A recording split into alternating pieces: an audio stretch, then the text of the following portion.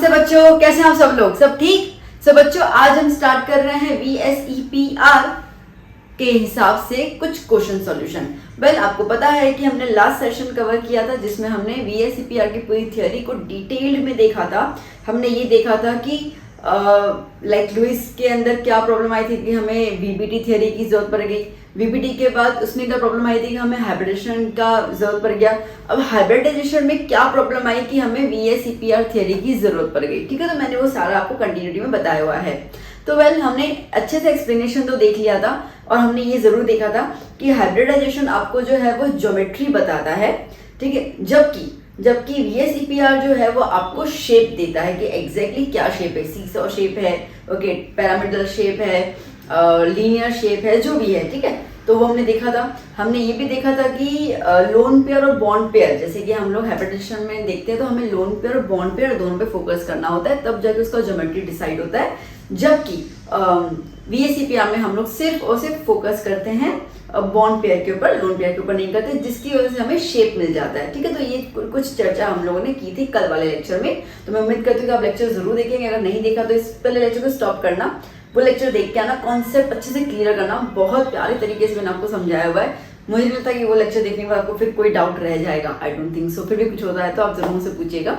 तो आज हम उसी के बेसिस पे क्वेश्चन सॉल्व कर लेते हैं। ठीक है, क्योंकि कई बार क्या होता है ना बच्चा कि हमें थ्योरी से पता हो जाती है, ठीक है, हमें कॉन्सेप्ट क्लियर होता है, बट क्वेश्चन जब आते हैं ना तो हम उन क्वेश्चंस को पकड़ नहीं पाते, हम उनको सॉल्व नहीं कर पाते हैं। तो कुछ क्वेश्चंस ट्राई कर लेते हैं। 15-20 मिनट के वीडियो के हिसाब से रहेगा, तो हम थोड़े बहुत क्वेश्चंस भी देख लेते हैं। तो ये मैं क्वेश्चन लिख देती हूँ, देखते हैं कि क्या क्या करना है उसके। बच्चों, तो अभी हम लोग देखते हैं क्वेश्चन। देखो, अब आपको तो एग्जाम में कोई भी एक चीज पूछी जाएगी, like find the number of lone pair और हाइब्रिडेशन या ज्योमेट्री या शेप। बट हम लोग हर एक मॉलिक्यूल के अंदर ये सब चीजें ट्राई करेंगे निकालने की। ठीक है, तो क्या कंप्लीट डिवीजन हो जाए हमारा। तो चलिए अब देख लेते हैं क्या है। तो पहले तो हम लोग फॉर्मूला देखेंगे, क्योंकि हाइब्रिडाइजेशन के लिए वी नीड Z, ओके, और ज्योमेट्री के लिए भी ऑल्सो वी नीड Z। तो Z का फॉर्मूला हालांकि हमने पहले भी डिस्कस कर चुके हैं, फिर से हम लोग डिस्कस कर लेते हैं। तो Z का फॉर्मूला क्या होता है? Half number of valence electrons of central atom plus negative charge अगर है उसके अंदर तो, माइनस पॉजिटिव चार्ज अगर मॉलिक्यूल के ऊपर है तो, and plus number of monovalent atoms. ठीक है, मोनोवैलेंट के अंदर जिसके पास वैलेंसी 1 होती है, जैसे हाइड्रोजन हो गया, क्लोरीन हो गया, फ्लोरीन हो गया, ब्रोमीन हो गया, आयोडीन हो गया। ठीक है, ऐसे करके। ठीक है, चलो, तो ये Z। अच्छा, खरे मैं आपको लोन पेयर का भी फॉर्मूला बता देती हूँ। तो लोन पेयर, क्योंकि क्या होता है ना, केवल हम पहचान नहीं पाते कितने लोन पेयर होंगे। तो lone pair is equals to क्या हो जाएगा? Z minus number of surrounding atoms of central atom. ठीक है, सेंट्रल एटम के इर्द गिर्द कितने और एटम्स है ना, उतना माइनस कर लो Z में से, तो जितना बच गया उतने लोन पेयर आ गए। सिंपल सा फॉर्मूला। ठीक है, तो चलो अभी पहला क्वेश्चन शुरू करते हैं हम लोग। तो हम लोग ले लेते हैं SO3। ओके, पहले शुरू करते हैं हम Z से। तो Z is equals to half number of valence electrons. अब S मतलब सल्फर का नंबर होता है 16, कॉन्फ़िगरेशन हो जाएगा 286, तो वैलेंस कितने हो गए? 6, प्लस नेगेटिव पॉजिटिव चार्ज कुछ भी नहीं है। Number of monovalent, oxygen is divalent, O2 minus लिखते हैं ना हम लोग, तो डाइवैलेंट तो कुछ है ही नहीं। तो चलो कैंसिल आउट हो गया, कितना आया? 3। तो अगर Z हमारा 3 आया तो हाइब्रिडाइजेशन क्या हो जाएगा? sp2। ठीक है, अब अगर हाइब्रिडेशन sp2 है तो इसका ज्योमेट्री क्या हो जाएगा? इसका ज्योमेट्री हो जाएगा ट्राइगोनल प्लेनर, या तो आप ट्रायंगुलर प्लेनर भी लिख सकते हो, एक ही बात है, ट्रायंगुलर प्लेनर। ठीक है, तो चलो अब हमारे पास हाइब्रिडेशन हो गया, ज्योमेट्री होगा लोन पेयर। तो लोन पेयर निकाल देते हैं हम लोग। सो लोन पेयर का फॉर्मूला क्या बेटा? Z कितना है? 3 minus number of surrounding atoms of central atom. अब S सेंट्रल एटम में कितने एटम्स हैं दूसरे और उसके इर्द गिर्द 3 है, तो 3 माइनस 3 कितना हो गया? 0, मतलब लोन पेयर है ही नहीं। अब जो हमने कल सेशन किया था VSEPR, उसमें बताया था मैंने कि अगर लोन पेयर 0 होता है तो ज्योमेट्री और शेप दोनों सेम होते हैं, ज्योमेट्री और शेप दोनों सेम होते हैं। तो इसके लिए ज्योमेट्री ट्रायंगुलर प्लेनर है तो उसका शेप भी क्या हो गया, ट्रायंगुलर प्लेनर। ओके ठीक है बच्चों, तो अगर इसको ड्रॉ करो तो कैसे ड्रॉ हो जाएगा, ट्रायंगुलर प्लेनर है ना, प्लेन में आपको ट्रायंगल शेप नजर आ रहा है। ठीक है, तो ये हो गया। अब ट्रायंगुलर प्लेनर है मतलब कि देखो बीच सेंटर एटम में 360 डिग्री होते हैं, तो यहाँ पे कितने एंगल बन रहे हैं, एक एंगल बन रहा है, 2 बन रहे हैं, 3 बन रहे हैं, दोनों इक्वल ही है, मतलब सबका बॉन्डिंग भी सेम है ना। तकलीफ कब आती है, जब हमारे पास लोन पेयर्स होते हैं, तो 3 है तो 360 डिवाइड बाय 3 तो कितना हो जाएगा 120, तो कितना डिग्री बन गया 120 120 120। ठीक है, जैसे आप लोगों को आपसे पूछा जाए एमसीक्यू में फॉर एग्जांपल कि SO3 में कितने 120 डिग्री एंगल बनते हैं, ऐसा कुछ पूछ ले तो कितने बन रहे हैं, 3 बन रहे हैं।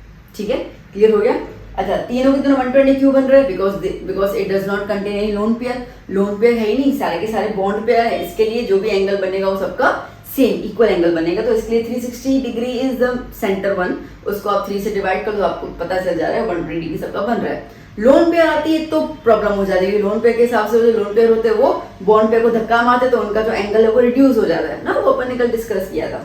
तो चलो क्लियर हुआ, आसान था। चलो इसको लिखो फटाफट से, फिर अपन सेकंड क्वेश्चन की बात करते हैं। आइए बच्चों एक और एग्जांपल ले लेते हैं हम लोग, सेकंड नंबर NO3 माइनस ले लेते हैं। ठीक है, तो आइए देख लेते हैं, पहले Z निकालते हैं हम लोग, half number of valence electrons, nitrogen है तो हाँ कितने होंगे 5। ओके, लाइक नाइट्रोजन आपको पता है नंबर होता है 7 तो 2,5।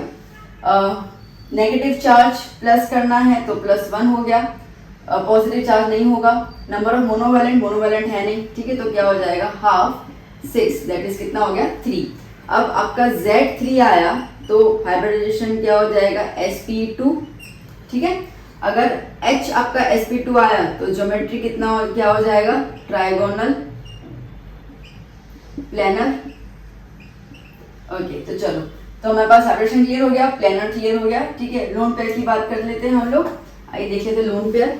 सो लोन पेयर का फॉर्मूला क्या है, Z that means 3 minus surrounding atoms कितने हैं उसके पास 3, तो 3 माइनस 3 क्या हो गया 0, तो यहाँ पे लोन पेयर 0 है।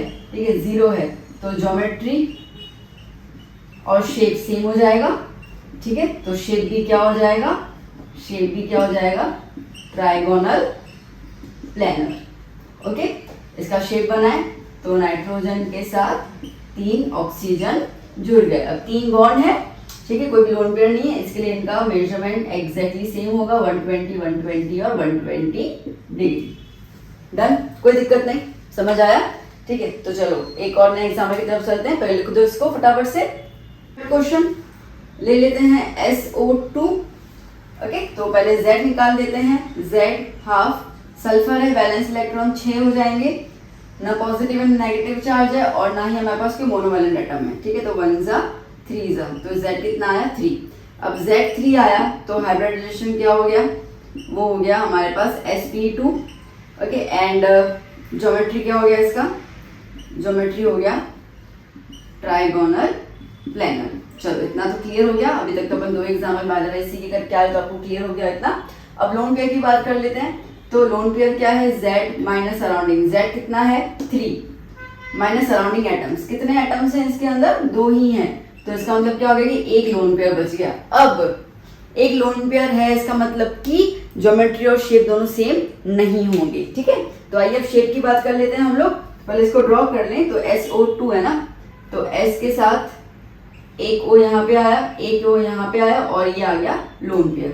ठीक है, आप लोन पेयर ऐसे बना दो या ऐसे करके यूं बता दो लोन पेयर। ठीक है, क्लियर। तो अब बेसिकली इस तरीके से रहेगा। अब सीधी सी बात है, इनका एंगल अब सेम नहीं होने वाला कि लोन पेयर जो है, जो ये O थे उनको उसने दबाने वाला है। अच्छा, तो इसका शेप क्या करेंगे, देखो मैंने आपको कल के लेक्चर में बताया था कि शेप के लिए अपन क्या करते हैं, हमें सिर्फ बॉन्ड पेयर देखना होता है, लोन पेयर नहीं देखना होता है। तो लोन पेयर को छुपा दो बेटा, तो शेप कैसा दिख रहा है, उल्टा भी दिख रहा है या बेंड या एंगुलर। ठीक है, अपन ने बहुत सारे शेप्स की कल बात की थी, तो ये आप क्या लिखोगे बेंड, या तो आप इसको एंगुलर लिख दो या तो आप इसको बी शेप लिख दो। ठीक है, तो यहाँ पे ज्योमेट्री इज द ट्रायगोनल या triangular planar, but shape is the bend angular या वी शेप। क्लियर हो रहा है? अभी क्वेश्चंस समझ में आ रहा है? तो चलो, अच्छा अब एक और चीज, ये हम जितनी भी कार्यक्रम कर रहे हैं, जेड निकालना, ज्योमेट्री निकालना, शेप निकालना, ये सब के सब हम बात कर रहे हैं with respect to central atom. याद कर लेना, ठीक है, with respect to central atom. तो एक्चुअली VSEPR थ्योरी हो तो या कोई भी थ्योरी हो, वो सबके सब सेंट्रल एटम के हिसाब से ही, ठीक है, सब कुछ बातें कर रही हैं। तो अगर आपसे क्वेश्चन आ जाता है 1 मार्क के अंदर, दैट फॉर एग्जाम्पल ऐसे क्वेश्चन पूछ देते हैं that according to the VSEPR theory, okay, which atom is considered main to find the geometry और टू फाइंड द शेप, तो आप बोलोगे सेंट्रल एटम इज कंसीडर्ड। ठीक है, वही बात करेंगे, इसके इर्द गिर्द जितने भी और एटम्स है उसके हम बात नहीं करेंगे। सेंट्रल एटम कौन सा होता है? जिसकी साइज ज्यादा होती है, हमने पहले स्टार्टिंग के 2-3 लेक्चर में देख लिया था। ठीक है, सेंट्रल एटम को पहचानने का तरीका क्या होता है? यहाँ तो जिनका साइज ज्यादा हो, जैसे कि सल्फर का साइज ऑक्सीजन ज्यादा है, ठीक है, यहाँ तो जिनका नंबर कम हो, अब सल्फर का नंबर 1 है, ऑक्सीजन का 2 है, तो यही सेंट्रल एटम हुआ। ठीक है, तो ऐसे कुछ थी। तो ये वाले कुछ कॉन्सेप्ट्स थे जिसमें हमने डिस्कस किया था, तो वो वाला वीडियो नहीं देखो तो देख लेना। मैंने कुछ 5-6 पॉइंट्स कवर किए थे सेंट्रल एटम को पहचानने के तरीके के। तो चलो अभी हम करते हैं नंबर 4 हम ले लेते हैं CH4, नंबर 5 हम ले लेते हैं NH3 और नंबर 6 हम ले लेते हैं H2। ठीक है, यही फटाफट से करते जा रहे हैं हम लोग, 3 इकट्ठे। ओके, अब हालांकि कल के लेक्चर में मैंने इनको वैसे कवर अप कर लिया था, इसके मैं तीनों एक साथ कर लिया, तो एक बार रिवीजन भी हो जाए हम लोगों का। तो Z क्या है? हाफ, C4 उसका वैलेंस इलेक्ट्रॉन रहेगा, प्लस 4 ये हो गए, मिलाकर 8। ठीक है, कितना हो गया? 4। तो Z आ गया 4, Z4 आ गया, तो इसके हिसाब से हाइब्रिडेशन हो गया sp3। ओके, तो ज्योमेट्री हो गया इसका टेट्राहेड्रल, ज्योमेट्री हो गया इसका टेट्राहेड्रल। ठीक है, लोन पेयर की बात कर लेते हैं हम लोग। तो Z माइनस, Z कितना है? 4 है, 4 माइनस सराउंडिंग एटम्स 4, तो लोन पेयर है ही नहीं। लोन पेयर नहीं है, इसका मतलब इसका तो शेप बनेगा वो रेगुलर टेट्राहेड्रल बनेगा, तो C आ गया। ओके, रेगुलर टेट्राहेड्रल का शेप बनेगा। ओके, जिसमें हर एक एंगल जो होगा 109.5 डिग्री रहेगा, यहाँ तो 109 डिग्री एंड 28 मिनट्स। ठीक है, चलो नेक्स्ट देख लेते हैं अभी फिफ्थ वाले में Z हाफ, नाइट्रोजन का नंबर 5 होता है, कोई चार्जेस नहीं है, सिर्फ मोनोवैलेंट है 3, तो अगेन क्या हो गया? 8 दैट इज 4। तो अब Z4 आया तो हाइब्रिडाइजेशन क्या हो जाएगा? sp3, और अगर ये sp3 आया तो ज्योमेट्री क्या हो जाएगा? टेट्राहेड्रल। ओके, लोन पेयर क्या हो जाएगा? Z4 माइनस सराउंडिंग 3, कितना आया? 1 लोन पेयर आ गया, है ना? तो चलो अब हम लोग इसका फिगर ड्रॉ कर लेते हैं। अच्छा, यहाँ पे लोन पेयर 0 है, इसके लिए इसका जो शेप होगा, ठीक है, मैं यहाँ पे लिख देती हूँ, तो इसका जो शेप होगा वो शेप वही होगा, सेम, क्या होगा? टेट्राहेड्रल। ओके, यहाँ पे नहीं होगा बिकॉज लोन पेयर है हमारे पास। तो जब हम नाइट्रोजन का फिगर बनाए तो NH3, ठीक है, और यहाँ पे इसके पास 2 lone pair. Now we know कि शेप के अंदर हम लोगों को लोन पेयर नहीं देखना होता है, बॉन्ड पेयर देखना होता है। तो अगर आप इसको छुपा दो तो ये कैसा शेप बन रहा है? पिरामिडल। Okay, triangular pyramidal. तो इसका शेप कैसा हो गया? Triangular pyramid. ओके, नाउ अच्छा, इसका एंगल अब जो है ना टेट्राहेड्रल का, रेगुलर टेट्राहेड्रल का एंगल होता है 109.5 डिग्री। अब सीधी सी बात है, ये जो हाइड्रोजन है, ये लोन पेयर इन हाइड्रोजन को धक्का मारेगा, ठीक है, नीचे की तरफ, तो ये वाले जो एंगल्स रहेंगे, ओके, ये वाले एंगल्स क्या हो जाएंगे? ये हो जाएंगे less than 109.5 degree, okay, less than, और ये वाला एंगल क्या हो जाएगा? More than, okay, more than 109.5 degree. समझ में आ गया बच्चों? क्लियर? चलो वहां पे चलते हैं, सॉरी।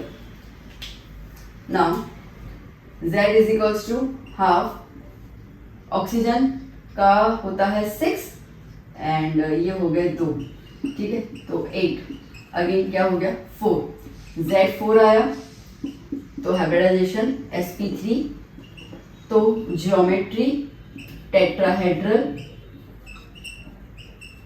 ओके, तो लोन पेयर 4 माइनस ओ के साथ कितने और सराउंडिंग में हैं, 2 हैं, तो 2 लोन पेयर बच गए, 2 लोन पेयर बच गए। तो अगर मैं इसका फिगर ड्रॉ करूँ, शेप आप डिसाइड कर लेते क्योंकि उसके लिए आपको फिगर ड्रॉ करना पड़ेगा, ठीक है। तो हम क्या करेंगे, ओ के साथ एक हाइड्रोजन यहाँ पे आ गया और एक हाइड्रोजन यहाँ पे आ गया, ठीक है। ओ के पास 2 लोन पेयर हैं।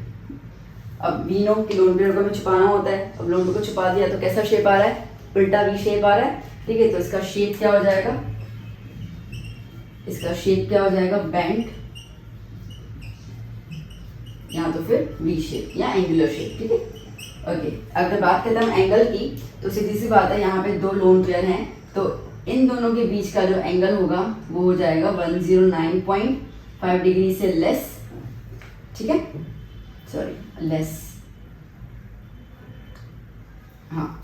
और यहाँ पे देखो ये वाले जो एंगल्स होंगे ये 109.5 डिग्री से ग्रेटर, और ये यहाँ पर तो और भी ज़्यादा ग्रेटर्स होगा, क्योंकि हमने कल डिस्कस किया था बेटा, ठीक है। क्या डिस्कस किया था, ये तो ज़्यादा होगा, ठीक है। हमने क्या डिस्कस किया था कि जो लोन पेयर के बीच में जो रिपल्जन होगा वो सबसे ज़्यादा होगा, ठीक है। तो बेसिकली अगर मैं इसको यूं ड्रॉ करूँ ना, अगर मैं इसको परफेक्टली यूं ड्रॉ करने की कोशिश करूँ, तो एक ये हुआ लोन पेयर, ठीक है, और एक ये हुआ लोन पेयर। तो आप देखो इनके बीच का गैप, ठीक है। तो इनके बीच का गैप जो है वो 109.5 डिग्री से बहुत बहुत ज़्यादा होगा। इनका ज़्यादा होगा क्योंकि रिपल्जन होगा, बट इन दोनों का क्या हो जाएगा, कम, क्योंकि वो रिपल्जन की वजह से जो बॉन्ड पेयर से वो नज़दीक में आ जाएंगे, नीचे की तरफ झुक जाएंगे। सो 3 क्लियर हो गई ना। ये तो हमने क्या कल डिस्कस किया, इसके मैं तीनों इकट्ठे आपको बता दिए, और बेसिकली इसके लिए बताया क्योंकि इन सबका हाइब्रिडेशन जो है वो सेम है, तो आपको क्लियर हो जाए कि कहाँ पे ज्योमेट्री और शेप सेम आ रहा है हमारे पास, कहाँ पे शेप जो है वो अलग होता जा रहा है और किस बेस पे अलग हो रहा है। तो चलो आगे और एग्जांपल्स कर लेते, 6 और हो गए, मतलब 6 हो गए, 7 से स्टार्ट कर लेते, इसको लिख दो फटाफट से। 7th बच्चों, 7th ले लेते हैं हम लोग CH3 माइनस, ओके। तो आइए Z देख लेते हैं क्या है इसका, हाफ वैलेंस इलेक्ट्रॉन 4 हो जाएंगे, नेगेटिव चार्ज है तो +1 नेगेटिव चार्ज हो गया, एल मोनोवेलेंट कितने हैं 3, तो कितना हो गया 8, ओके, दैट इज 4। तो Z4 आया, तो इसके लिए हाइब्रिडाइजेशन हो गया हमारे पास sp3, ज्योमेट्री हो गई इसकी tetrahedral, but obviously tetrahedral, okay. Lone pair की बात कर लेते हैं हम लोग, तो Z4 माइनस सराउंडिंग एटम्स कितने हैं 3, तो कितना बच गया, एक लोन पेयर बच गया। तो अब अगर इसका शेप बनाए हम लोग तो क्या हो जाएगा, एक हाइड्रोजन, दूसरा, तीसरा, और यहाँ पे इसका बच गया लोन पेयर। तो भी आप खुद बता दो बेटा मेरे को शेप क्या बनेगा इसका, लोन पेयर को हटा दो तो नीचे की तरफ क्या है पैरामिडल, ठीक है। तो क्या लिखोगे आप, ट्रायंगुलर या ट्राइगोनल व्हाटएवर पैरामिडल, यहाँ से पैरामिडल लिखो भी चल जाएगा, पैरामिडल शेप, ठीक है। अब बेसिकली वैसे नॉर्मल टेट्राहेड्रल का जो एंगल होता है वो 109.5 डिग्री होता है, पर सीधी सी बात है ये लोन पेयर है तो धक्का मारेगा, ठीक है। तो यहाँ पे जो एंगल्स बनेंगे वो 109.5 डिग्री से ग्रेटर बनेंगे, ठीक है, और ये जो होंगे 109.5 डिग्री से छोटे बनेंगे, ठीक है। डन, क्लियर हुआ, चलो लिख दो इसको, फिर आगे और क्वेश्चंस, थोड़े और टिपिकल क्वेश्चन लेके आ रही हूँ मैं आपको। ऐसा हम लोग टिपिकल क्वेश्चन लेने की कोशिश कर रहे हैं, तो मैं ले लेती हूँ XeO3F2, okay, xenon trioxide difluoride. चलिए तरीका वही है, Z निकाल लेते हैं पहले हम लोग, नंबर ऑफ वैलेंस इलेक्ट्रॉन्स। अब जेनॉन है, जेनॉन हमें पता है कि इट्स एन इनर्ट एलिमेंट, तो पीछे इसके 8 होने वाले हैं, तो इसके लिए 8 लिख दिए। कोई भी पॉजिटिव नेगेटिव चार्ज नहीं है, मोनोवैलेंट कितने हैं 2 हैं, तो +2, तो क्या हो जाएगा 10 इसका मतलब कि 5, ओके। अब Z हमारे पास 5 आया, तो हाइब्रिडाइजेशन क्या हो जाएगा sp3d, ठीक है। हमने सब कुछ डिस्कस किया और पिछले लेक्चर में मैं उम्मीद करती हूँ कि आपने सारे नोट्स बना के रखे होंगे और उसी नोटबुक में आप इसको सॉल्व भी करते जा रहे हैं, तो कनेक्टिविटी बैठी रहेगी, ठीक है। नहीं किया तो प्लीज कर देना, वरना चीजें जल्दी याद नहीं आने वाली, इट्स अ केमिस्ट्री, ठीक है। बहुत से एक्सेप्शन भी आते हैं इसके अंदर। वेल, तो हाइब्रिडेशन क्या हो गया sp3d, तो इसका ज्योमेट्री क्या हो जाता है, इसका ज्योमेट्री होगा ट्रायंगुलर पैरामिड, ठीक है, चलो लोन पेयर की बात कर लेते हैं हम लोग। तो लोन पेयर क्या है भाई, Z है 5 और सराउंडिंग में कितने हैं, 3 + 2 5 ही है, तो मतलब लोन पेयर तो 0 हो गया। तो शेप भी इसका वही होने वाला है, तो कोई दिक्कत नहीं है। ठीक है, तो शेप जो होगा इसका वो भी होगा ट्रायंगुलर पिरामिड। ठीक है, तो अभी हम इसको ड्रॉ कैसे करते हैं बेटा, देखो ट्रायंगुलर पिरामिड, तो पहले तो आप ट्रायंगल बना दो। ठीक है, और बीच में आपके पास रहेगा एक सेंट्रल मेटल एटम आया, अब ये क्या है, ज़ेनॉन। ओके, तो ये आ गया अपना बीच में। अब आपके पास 5 बॉन्ड रहेंगे, 1 2 3 और ये ऊपर और नीचे। ठीक है, अब मेरी बात को सुनना ध्यान से। ये जो ऊपर और नीचे वाले मैंने बॉन्ड बना ना बेटा, जो प्लेन के बाहर हैं, ठीक है, ये वाले जो बॉन्ड है ये इनको हम लोग कहते हैं, यहाँ पर जो आप एलिमेंट रखोगे, जो एटम रखोगे वो किस पोजीशन पे होगा, तो इसके लिए हम लोग कहते हैं इसको इक्विटोरियल पोजीशन। क्या कहेंगे हम लोग इसको बेटा, इक्विटोरियल पोजीशन। और ये वाले जो प्लेन के अंदर है ना, तो इन वालों को हम लोग पोजीशन कहेंगे कौन सा, एक्सियल पोजीशन। कौन सा कहेंगे बेटा, एक्सियल पोजीशन। इसमें तो इतनी दिक्कत नहीं आएगी। अब इसके बाद एक और एग्जांपल दूंगा ना, उसमें आपको पता चलेगा कि मैं ये क्यों आपको बता रही हूँ। तो यहाँ पर एक नोट कर लीजिए, एक चीज नोट कर लीजिए। क्या नोट करेंगे आप, that more electronegative atom should be placed at equatorial position। ठीक है, more electronegative atom should be placed at equatorial position. अभी आप मुझे बताओ कि O और F में से सबसे ज्यादा इलेक्ट्रोनेगेटिव कौन है, F है, सीधी सी बात है। तो मैंने F को कहाँ लगाना है, इक्वेटोरियल पे, तो ऊपर और नीचे मैंने F को लगा दिया, डन। ओके, अब बाकी क्या बच गया, O बच गया, तो एक्सियल पोजीशन पे आपको O लगा देना है। ठीक है, तो ये बन गया स्ट्रक्चर।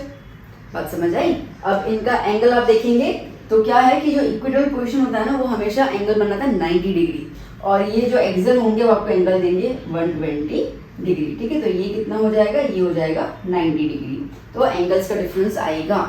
ओके, खैर अभी तो इसमें कोई लोन पेयर वगैरह है नहीं, तो इसलिए कोई और एंगल में अपन कुछ चेंजेस तो करेंगे नहीं। कैसा लगा क्वेश्चन, अब थोड़ा लगा कि हाँ कुछ नया चीज किया, ये चीज को याद करना। अभी एक क्वेश्चन बताऊंगी, उसमें आपको इसमें उसकी जरूरत पड़ेगी बहुत ज्यादा।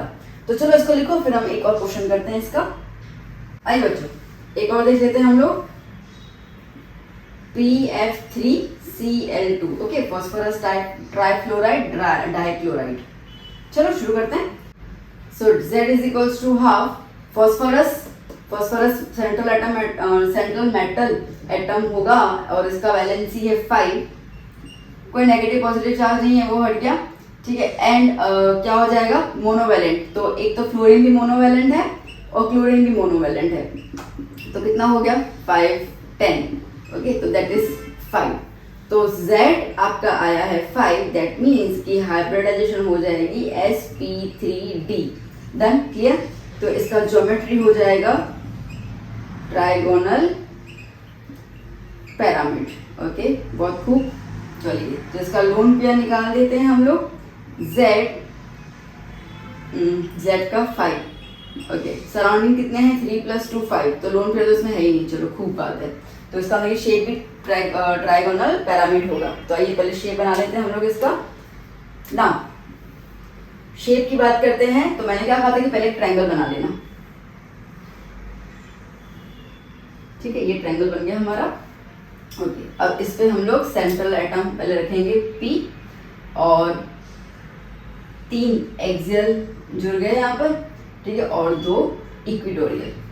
इतना क्लियर हुआ ना। अब क्या है, PF3Cl2। अब अगर मैंने आपको नोट नहीं दिया होता ना बेटा, तो आपको कहती कि आप बताओ, तो आप क्या करते, आप करते कि अच्छा F3 है और क्लोरीन 2 है, तो एक काम करते हैं, क्लोरीन ऊपर नीचे लिख देंगे तो 2 हो गए, और F को हम यहाँ लिख देंगे, बस खूब है, हो गया ना। अगर आप एग्जाम में ऐसे करके आओगे ना, तो पूरा 0 मार्क मिलने वाला है आपको। क्यों, क्योंकि गलत है। ओके, ये गलत है। ओके, क्यों, क्योंकि देखो अगर आपसे यहाँ पर पूछेंगे, समझो आपसे ये पूछ लेते हैं, इन PF3Cl2 what is the angle between Cl and P ना, जैसे Cl तो 2 है ना, ठीक है। तो Cl और P में एंगल कितना होगा, तो आप सीधी बात है, आपको ये स्ट्रेट लाइन नजर आ रही है, आपको यूं स्ट्रेट लाइन नजर आ रही है, तो आप बोलोगे 180 डिग्री, है ना, तो यहाँ पे गलती हो गई। आपसे अगर F का पूछेंगे, आप बोलोगे 120 डिग्री, यहाँ पे गलती होगी, क्योंकि ये एंगल बन ही नहीं रहा, ये एंगल बन ही नहीं रहा है एग्जैक्टली। तो इसका मतलब ये है कि आपको जब ये प्लेसिंग करनी होती है तो आपको ये चेक करना होता है कि कौन सा इलेक्ट्रोनेगेटिव ज्यादा है, पहले आप उसको लिखेंगे। तो जैसे more electronegative atom should be placed at equatorial position, तो F इज द इलेक्ट्रोनेगेटिव, तो पहले तो F लिख दिया ऊपर और नीचे। अच्छा 3 है ना, तो 3 है तो एक जो है वो होगा वो एक्सियल में, मैक्सिमम लाइक 2 तो ऊपर आ जाएंगे, अगर ज्यादा होता है तो हम लोग उसको एक्सियल में रखेंगे, कोई दिक्कत नहीं है। बट जो इक्वेटोरियल पोजीशन पे है वहां पे हमेशा हाईएस्ट इलेक्ट्रोनेगेटिव एलिमेंट ही रहेगा, लोवेस्ट इलेक्ट्रोनेगेटिव एलिमेंट नहीं रहेगा। मेन मुद्दा वो है मुझे बताने का। बाकी Cl कितने हैं, 2 हैं, तो 2 Cl आपस में इस तरीके से फॉर्म हो जाएंगे।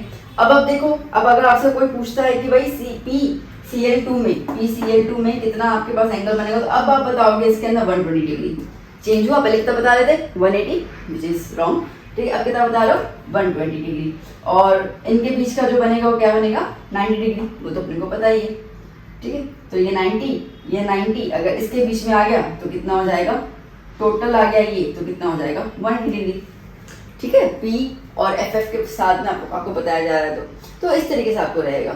अब क्लियर हुआ कहाँ पे क्या, तो वो चीज़ जो है ना वो नोट डाउन कर लेना, बहुत इंपॉर्टेंट है, ठीक है। आपको JEE का अगर आप एग्जाम दे रहे हैं, कुछ का देंगे, आपके बोर्ड्स वगैरह में भी ये सारी चीज़ें बहुत आपको काम आने वाली हैं। तो केमिस्ट्री इज नॉट बेसिकली रटिफिकेशन all that, chemistry is a conceptual learning. Okay, chemistry में एक्सेप्शन, जैसे अभी ये एक्सेप्शन की बात है, ठीक है, मतलब एक्सेप्शन मतलब कि ये लाइक रूल चेंज हो गया। अब नॉर्मल रूल कैसे बोलेंगे, जनरली मैं देखा हुआ कई बार स्कूल्स में ये चीज़ बताई जाती है, उनको ये बच्चों को कहा जाता है कि भैया ऐसे, स्पेशली इस फिगर के अंदर जिसका Z5 आता है, उसमें ये कहा जाता है कि जो छोटे मतलब जो कम नंबर के एलिमेंट्स है ना उनको ओपन से लगा देना, और जो ज़्यादा नंबर है उनका साइड में लगा देना।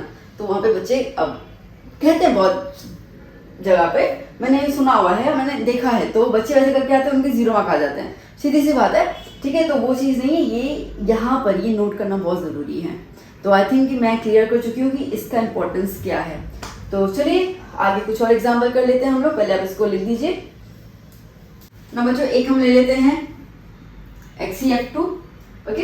तो चलो पहले Z निकाल देते हैं हम लोग, half Xe is 8 plus 2 fluorine, okay. तो कितना हो गया 10, तो काट लो तो 5, तो Z आपके पास 5 आया, विच इंडिकेट्स की हाइब्रिडेशन हो गया आपके पास sp3d, ओके। तो ज्योमेट्री हो गया ट्राइगोनल बाय पैरामिड। अच्छा मुझसे मिस्टेक हो गई, मैंने आई थिंक पिछले बार में से पैरामिड लिखा था, बाय पैरामिड नहीं लिखा था, ओके। तो उसको प्लीज करेक्ट कर लेना, थोड़ा सा लाइक पता नहीं कैसे, पर मैं बाय पैरामिड नहीं लिख पाई। एंड चलो तो पहले हम बात करते हैं लोन पेयर की। चलो यही निकाल देते हैं, वहाँ पे थोड़ा शेप बनाना होगा। तो लोन पेयर क्या है, Z5, 5 माइनस कितने हैं 2, तो कितने लोन पेयर बच गए भैया, 3 लोन पेयर बच गए, ठीक है ना। अब ज्योमेट्री कैसा है, ट्राइगोनल बाय पैरामिड, तो पहले मैं ज्योमेट्री बना दूं,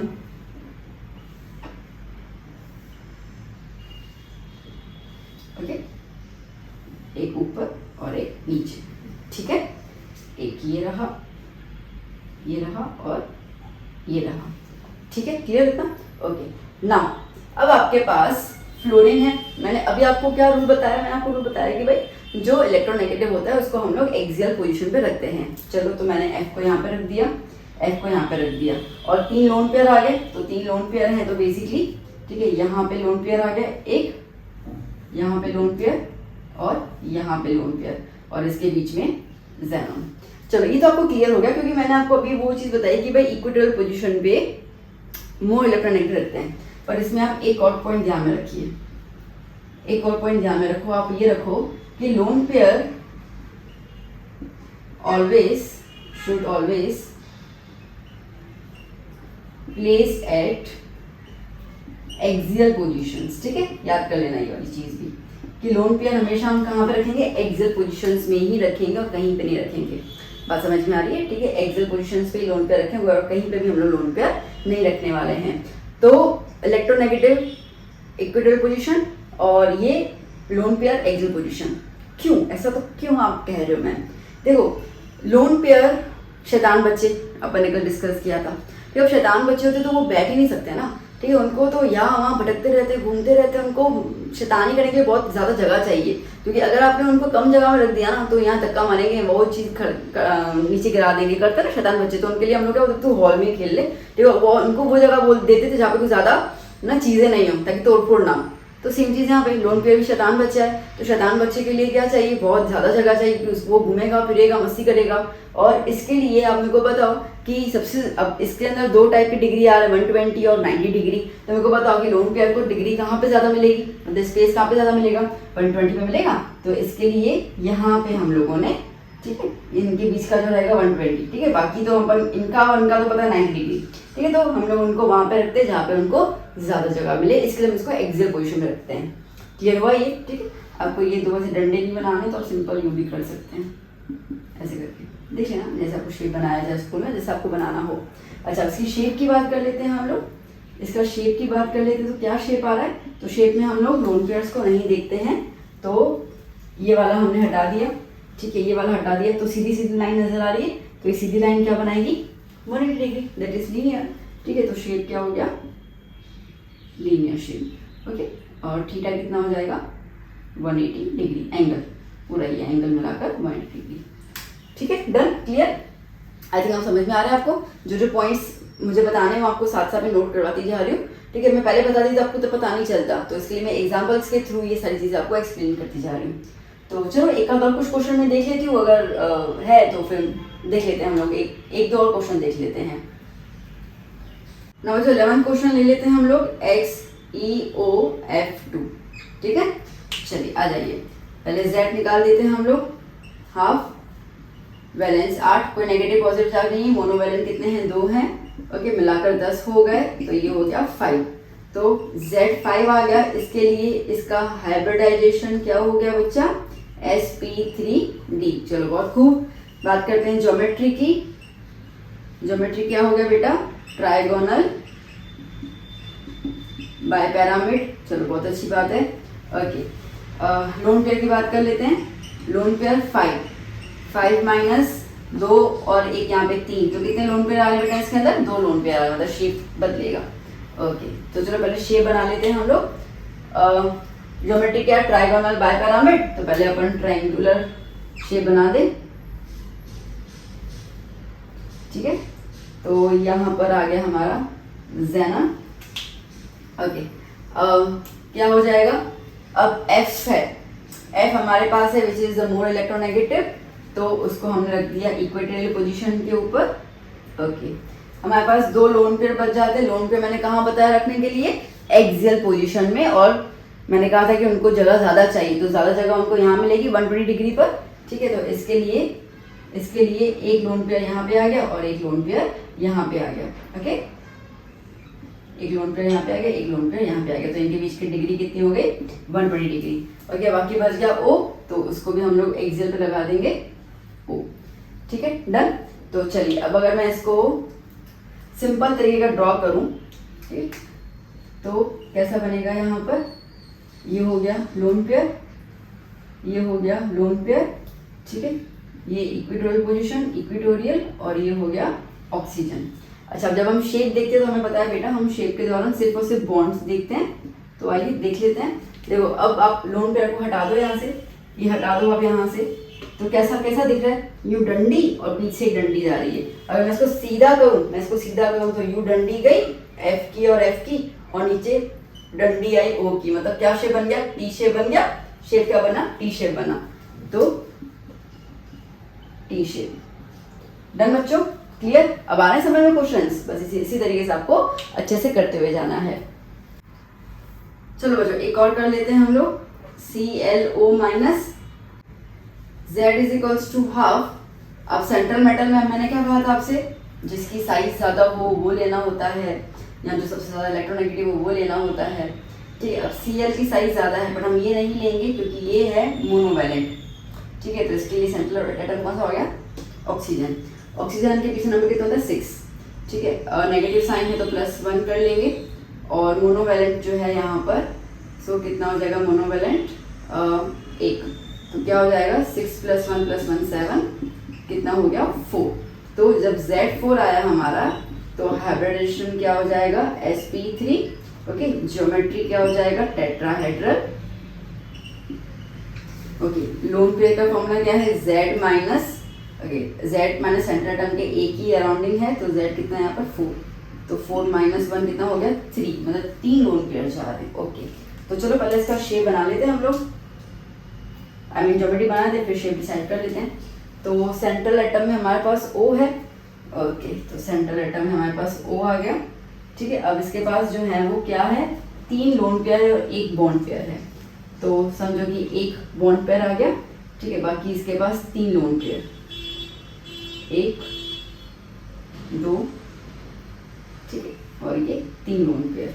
तो हमें पता है कि शेप के दौरान हमें लोन पेयर नहीं देखना होता है, सिर्फ हमें देखना होता है बॉन्ड पेयर। तो अब अगर मैं इसका सिर्फ बॉन्ड पेयर देखूं तो मुझे Cl और O ही नजर आ रहा है। ठीक है, और मतलब एक ही बॉन्ड है और एक बॉन्ड हमेशा आपको लीनियर शेप देता है। ठीक है, तो अब इसके लिए क्या लिखोगे लीनियर शेप। बेस एक्चुअली तो कोई शेप होता ही नहीं है। ठीक है, लीनियर के अंदर भी आपको पता होगा कि ऐसे होता है, एक मेटल एक एटम है ऐसे करके, तो इसको लीनियर बोलते हैं। 2 बॉन्ड तो चाहिए होते हैं, बट क्या होता है ना कि ऐसे तरीके में हमारे पास जब एक ही बॉन्ड होता है तो एक्चुअली कोई शेप हम इसको बोलेंगे नहीं, क्योंकि आप कैसे लाइक मैंने Cl को यहाँ बनाया, मैं यहाँ बना दूँ, यहाँ बना दूँ, यहाँ बना दूँ, क्या फर्क पड़ेगा। देखिए ये एक डंडी ना, तो शेप तो बेसिकली कोई होता नहीं है, बट अगर किसी किताब में लिखा होता है कि लीनियर शेप, तो इसके लिए हम लोग लीनियर लिख देते हैं। तो बेसिकली तो कोई शेप नहीं है इसका, नन शेप। ठीक है, सो बच्चा जी यहाँ पे आई थिंक हमने काफ़ी सारे एग्जांपल्स कंप्लीट कर लिए। आई होप कि आप क्लियर हो गए कि किस तरीके से आप लोगों को शेप और ज्योमेट्री बतानी है। लोन पे पूछा जाए तो कैसे बताना है, हैबिट से पूछा जाए कैसे बताना है। मैंने इसमें बेसिकली सबको समराइज करके आपको एक अच्छे से फॉर्म में दिया हुआ है, तो आपसे कुछ भी पूछा जाता है आप आराम से उसको फाइंड आउट कर सकते हैं। तो यहाँ पे मैं इस वीडियो को स्टॉप करती हूँ। अभी हम लोग नेक्स्ट जो करेंगे मॉलिक्यूलर ऑर्बिटल थ्योरी करेंगे, उसकी चर्चा करेंगे। I you know like it's one of the most important theory, सीधी सी बात है। ठीक है, तो इसलिए उसमें भी काफ़ी सारे पॉइंट्स मुझे डिस्कस करने होंगे। मे भी उसके भी 2 वीडियो बने, पता नहीं है, वो शुरू करूँ लेक्चर तो पता चलेगा कितना लंबा जा रहा है। तो चलिए बच्चों, यहाँ तक आपका क्लियर होता है। कुछ भी और आपको हेल्प चाहिए ज़रूर बताइए। ये लेक्चर कैसा लगा ज़रूर बताइएगा। और ये तो मैंने खैर आपको 12 एग्जाम्पल दिए हैं, ऐसे तो अनगिनत एग्जाम्पल आप देख सकते हैं। आप गूगल पे सर्च कर लीजिए ओके प्रेडिक्शन ऑफ शेप और ज्योमेट्री थ्रू द VSEPR, तो आपके पास लिस्ट आ जाएगी। ठीक है, आप उसको सॉल्व कीजिए। अगर कहीं पे कोई दिक्कत आती है तो मुझे बताइए, आनी तो नहीं चाहिए क्योंकि कॉन्सेप्ट सारे मैंने आपको क्लियर करवा दिए।